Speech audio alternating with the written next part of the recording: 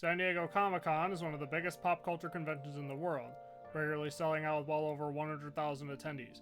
We have been attending it ourselves for several years now, and thanks to Power Squared, have been rocking the professional badge for the last few. In 2020, however, the world shut down, and so did SDCC, which adopted an online format for 2 years alongside sister convention WonderCon, which I like to call Comic-Con Light. This year, SDCC came back physically, but adopted a mask mandate and vaccination checks for the sake of public safety. As such, we felt a bit more comfortable going to San Diego again. This meant that, once again, we had to do a lot of planning ahead of time. Panels, signings, exclusives, you name it. It can honestly get a bit stressful, and that's even before we hit the floor. But once we were armed with several spreadsheets, we packed our bags with enough to last us 5 days, and slept with anticipation, excitement, and a touch of anxiety. Of course, even in the smoothest of years, something is bound to go wrong. Wednesday started off fair enough with an abbreviated breakfast and some time spent Tetrising our luggage. Once we were ready, we drove off and, 3 hours later, arrived in the city of San Diego, which was more or less the same as we had remembered it. After checking into our hotel room, we made our way over to the San Diego Convention Center, a building so massive that we still haven't seen everything in it. After we parked at Hilton Bayfront, which is where we parked all 5 days, we found our way to one of the tents where they checked for proof of vaccination, where you could either use a physical card or an app designed to give you a superiority complex.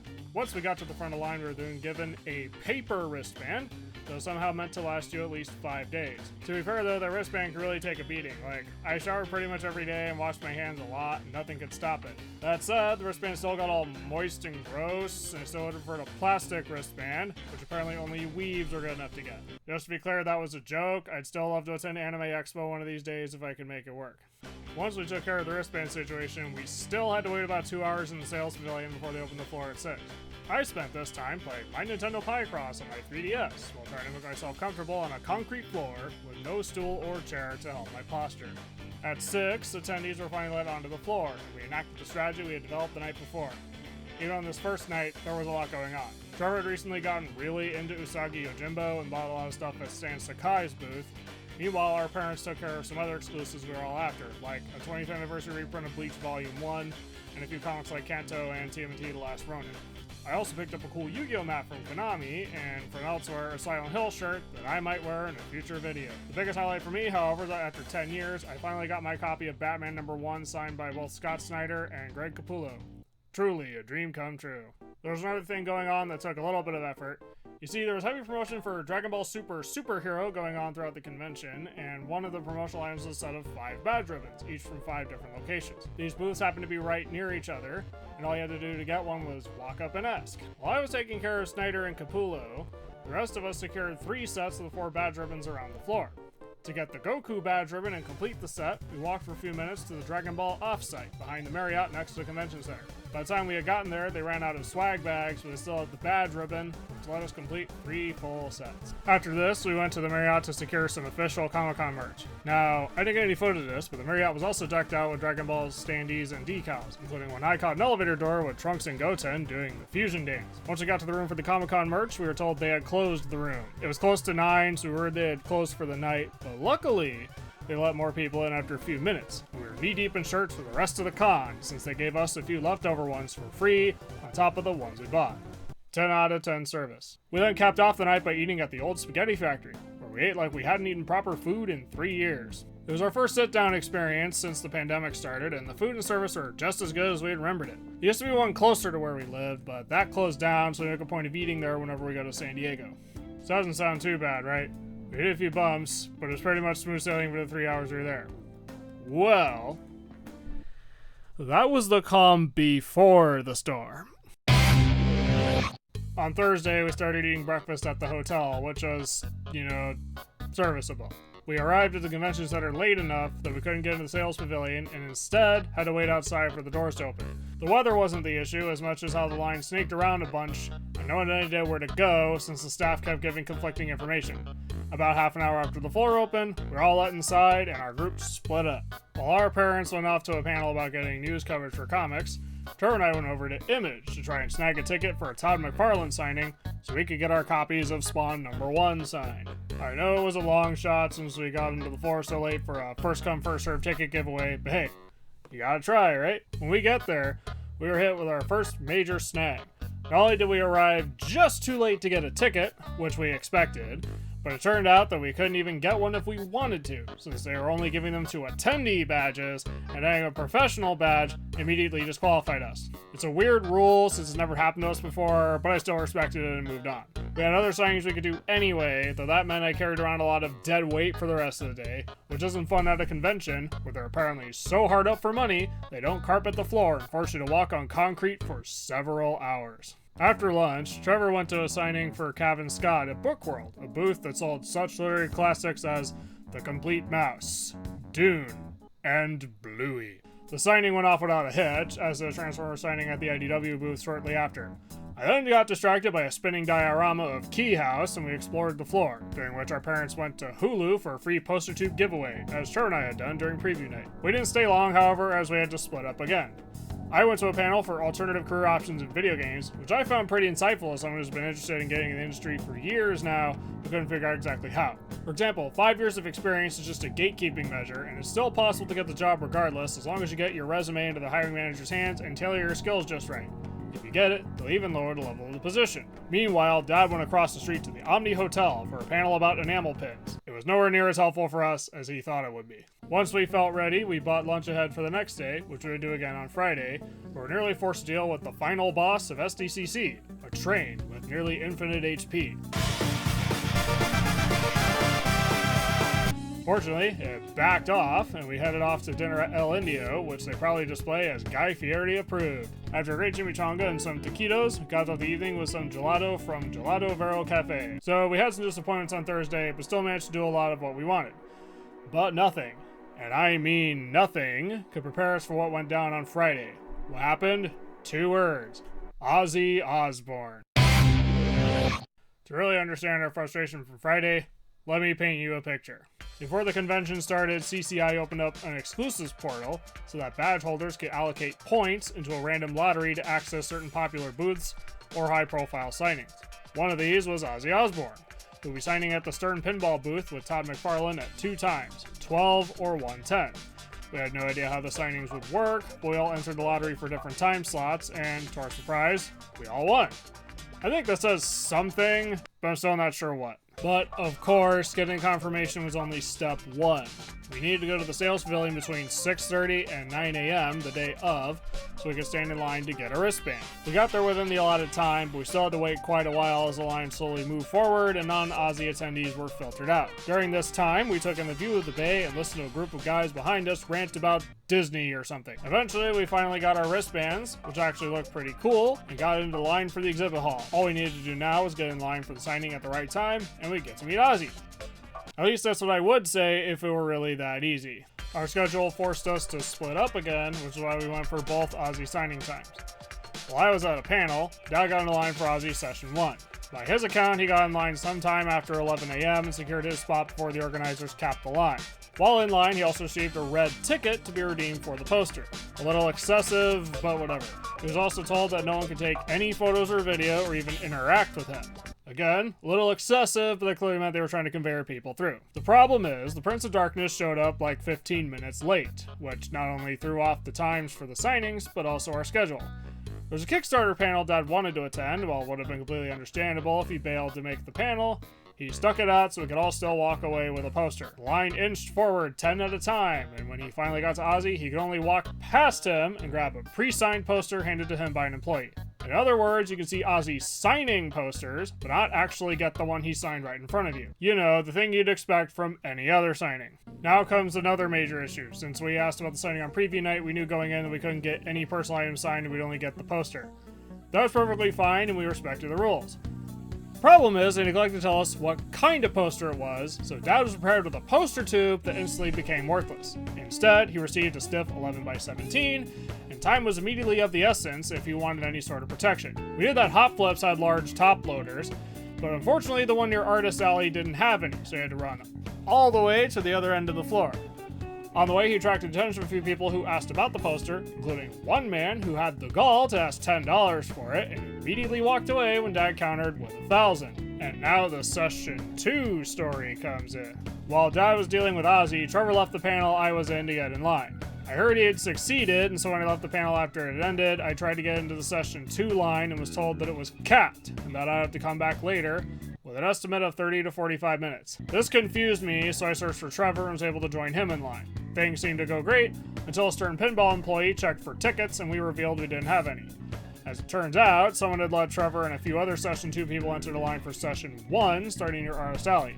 The employee pulled all the Session 2 people out of line and tried to sort out the situation, and we were given a new estimate, 45 minutes to an hour.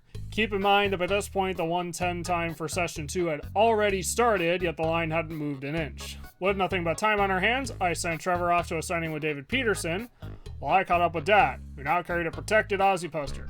Once Trevor returned from the signing, which went lightning quick, we headed to the Pro Suite, a lounge exclusively for professional badge holders, and ate lunch while we waited for Mom to finish the panel at the Indigo Ballroom in the Hilton Bayfront. As the ending time for Session 2 drew closer, and with no word from Mom whether she had gotten into the line, we decided to give Ozzy another shot while Dad went off to another panel. When Trevor and I got to the line, not only had Session 2 already started, Mom was near the end of the line and was one of the last people for the signing. This is when things got a bit chaotic and showed a real lack of organization. When I showed my wristband to one of the people in charge of the line, they pointed me to where Session 2 people originally lined up. This despite the fact I already passed that area and it was completely barren. As the final people in line were taken to Ozzy, I showed my wristband to someone directly handling the line, but then realized what had happened and instructed someone to escort us to the booth. This meant that, to our knowledge, we had the distinct honor of being the final people Stern Pinball would handle for the Ozzy signing. Once we got to the booth, they did let us take pictures and video, but only until we passed by the second wall. Beyond that, security would force us to put our phones away. Beyond the wall, we got the honor of being within arm's reach of Ozzy, who was still signing posters with zero eye contact. I passed by a couple other guys whose names I couldn't see because their badges were turned around. Future Paul here. After a little digging, we discovered that the other two names were Jason Sean Alexander and Jonathan Gallopin. Here's where their signatures are on the poster, and here's where they are at the signing. Now, back to the video. Until we reached the employee who handed us a poster. Someone then cut off our wristbands and spat us out of the Konami booth, leaving us to trek all the way back to Hoplift for protective top loaders. Just that insult to injury, we didn't realize until later that none of the Session 2 posters had Todd McFarlane's autograph on it, meaning Stern Pinball broke one of their promises and got away with it. So, what happened here? Well, they're obviously very disorganized, and I heard a Stern Pinball employee suggest that somehow they didn't expect everyone who won the lottery to actually show up, yet they somehow had more posters than people, and that Stern didn't get enough space, either through their own fault or CCI's. Granted, they might have had a point not everyone showing up, as I saw a winning family literally attempt to get in line without actually getting the wristband they were supposed to. Aside from Ozzy and the trouble caused by the signing, we still did okay. I felt I got some legitimate advice about networking from the Career Paths and the Game Development panel. Pro tip, ask advice, not favors. And Trevor got signatures from the Canto Creative team on top of David Peterson and Eric Burnham. While Mom got to sit through panels for Smiling Friends and Primal. I would later get an autograph from Charlie Benante, the drummer from Anthrax, who was better than Ozzy in the sense that I got to talk to him for a whole 30 seconds. Unfortunately, the panel, "Help, I'm lost in a sea of content," once again didn't help Dad out all that much, but to be fair, I had to sit through a panel about CGC grading. There might be a couple out there that were basically perfect books of clean off white pages, but otherwise we don't allow that in 9.8. And then moving down to 9.6, now we get into 4 or 5 minor defects, and now clean off white pages is allowed. For dinner that night, we ate from Lucha Libre, which makes some amazing burritos, and ate some ice cream from the hotel lobby. All in all, we were at least able to end the night on somewhat of a high note. Saturday was a bit easier, especially with cinnamon rolls that made the hotel breakfast tolerable, but our schedule still had some tight timing that would come back to bite us.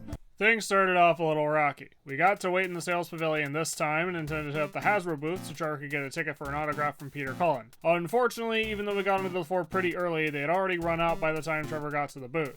Obviously, this stung quite a bit, but after what happened with Ozzy, it didn't feel as bad by comparison, because we didn't lose any time, and we were at least able to get a glimpse of Peter Cullen later. Since it was still early, we also went to a panel called A Look Back at Animated Series from the 80s, where a few writers from the time talked about what it was like. Although 2 of the panelists couldn't make it, it was still a fun time, and I learned quite a lot. I even got to learn that William Hanna of Hanna-Barbera, the animation studio best known for cutting every corner humanly possible, is the one responsible for the animosity between writers and board artists that continues to this day. After we killed a lot of time exploring the floor, we all once again split up. Dad and I walked all the way from the convention center to the San Diego Central Library, where we caught a panel celebrating the 30th anniversary of X-Men the Animated Series, which I swear is one of the most passionate fan base I've ever seen for a show that ended its run decades ago. Still, it was a great panel, and we learned a lot about the show's production. Now here's where the tight timing came into play. At the time Dad and I left the panel, there were 2 upcoming signings. One for Jeff Smith, and one for TMNT The Last Ronin. Mom and Tori on the line for Jeff Smith, while I am on my way to IDW, hoping against hope that there might still be some room in line for TMNT. You can probably guess that when I got there, not only had they capped the line, but it wrapped around the booth multiple times. I'll mention here that I wanted Tom Waltz to sign my copy of Silent Hill Downpour since he co-wrote it. When I offhandedly mentioned this to one of the employees near the end of the signing, they told me to return later, as he might be there and he would be nice enough to sign something. Being the idiot that I am, I believed them and returned to the booth a couple times to ask if he was there, only to get conflicting answers on his availability depending on who I asked. My takeaway from this was to just wait for next year and hope Tom Waltz got paired with someone who didn't have the same allure as Kevin Eastman. After I witnessed the longest line I ever seen at IDW, I joined Trevor at the Jeff Smith signing, which went very smoothly. While we were there with Mom, Dad was in a supposedly instructional panel that, once again, didn't help him in the slightest. I really wonder why instructional panels hardly fill up the room, my god. Following Jeff Smith, Mom went off to a panel about Fleischer cartoons, while Trevor and I went to Image for a signing with Brian Posehn, who I knew for co-writing the best run of Deadpool. I would consider this one rather uneventful, if not for the fact that since we showed up early enough, I was not only first in line, but because I wore the official SDCC front of line, end of line shirt, they let me hold up the booth sign that indicated the start of the line. This meant that for about 10 minutes, I was an official Image employee, and man did my arm hurt. Once we all met back up, we walked the floor for a bit, then went off to watch some anime, partly out of tradition and partly to actually give our feet a rest from walking on concrete all day. On our way out of the convention center, an alarm went off, and unsure how it would turn out, we decided to grab the bags we had a bag check that day so we could more easily leave. Though it turned out to be nothing, I will say it was definitely a bit odd how the audio for possible emergencies was much quieter than the voice that occasionally reminded everyone on the floor to wear their masks. I even talked about this to someone in line on preview night when CCI tried alerting people to a possible emergency, and we concluded that if they were that quiet, it must not have been that important. Step up your game, guys. Now, as much as we like the anime screenings, the only thing we don't like about them is that whoever mans the DVD player usually picks a random episode. This can be okay for the first one we saw, Nagasara te Airanto, an anime so incredibly 2000s I might check out the rest one day, but it doesn't work for the other If Her Flag Breaks, where they played the final episode completely out of context. If you can convince us to watch If Her Flag Breaks after that happened, we're all ears. Although we would normally leave around the time the second anime finished, so we'd have time to pack up for the trip back home, we decided to try something different and attend a panel for the upcoming Disney series Hamster and Gretel. When we got to the room, we sat through what remained of a panel for a live-action adaptation of Knights of the Zodiac, aka Saint Seiya. I have just said all of my knowledge of Knights of the Zodiac. Since that panel ended way early, we got better seats for Hamster and Gretel, which turned out to be a very entertaining panel, one that gave us a bit of hope for Dan Povenmire's latest project. I know that might be foolish considering how Milo Murphy's Law Season 2 turned out, but just let me have this for now, alright? For our last dinner in San Diego for the con, we ate at Pizza Ibera and ate some honestly pretty good pizza. The highlight evening for us, that despite the 3-year gap since we had eaten there for the first time, the server recognized us. Actually, it was pretty interesting that despite a gap of 3 years and us wearing masks, there are other smaller artists at SDCC that recognized us from before, so that made the small interactions feel at least a little more special. As for dessert, we wanted to eat gelato again, but the cafe had closed, and once again ate ice cream from the hotel lobby. Not the same as gelato, but after Friday, we had to take our victories where we could. So that brings us to Sunday, the final day of the convention, and thankfully the easiest. Aside from taking a look around the floor one last time and taking care of a couple things, there are only 3 tasks ahead of us. Okay, so remember that Hamster and Gretel panel I talked about? Well, early on, everyone in attendance received a ticket that could be redeemed at the Hyatt for free swag, including a poster, one of 5 buttons, and one of 2 drawstring backpacks with a cape. After we looked around the convention floor a bit, we walked all the way over to the Hyatt, which took us along the bay and through the nice-looking Seaport Village. Unfortunately, they had run out of buttons, apparently at the fault of Disney. We still got 2 full sets of everything, and then looked at the rather unremarkable art show next door. When we went back to the convention center, I went to the panel Magical Middle Grade, in which a few middle grade authors discussed their writing experiences and answered questions themed after their books. One of the panelists was Soma Chainani, who was also in the previous panel discussing a live-action Netflix adaptation of his book, The School for Good and Evil. I wasn't invested in seeing the movie, and I only caught the very end of that panel, but I still found it interesting how fans of the book all left right before he was going to appear again, because they just wanted to make sure they could get a poster signed later. While I sat through Magical Middle Grade, which was a pretty great panel by the way, Trevor went down to IDW for a Sonic the Hedgehog signing that went pretty smoothly, and he even got to take a picture with the Blue Blur himself. After the panel ended, I went to the sales pavilion where the authors from Magical Middle Grade would be signing their books. I mean, I had to buy the books there, and I have a lot of reading material ahead of me. But since middle grade is the demographic that I'm aiming to write for, I thought I couldn't hurt to see what I was up against. Once we felt ready to end our time in San Diego, we walked over to Bub's in the gas lamp district, where we had a good time, even if the food had gotten a bit pricey from inflation. After we made our way back to the convention center, we made our way back to the truck.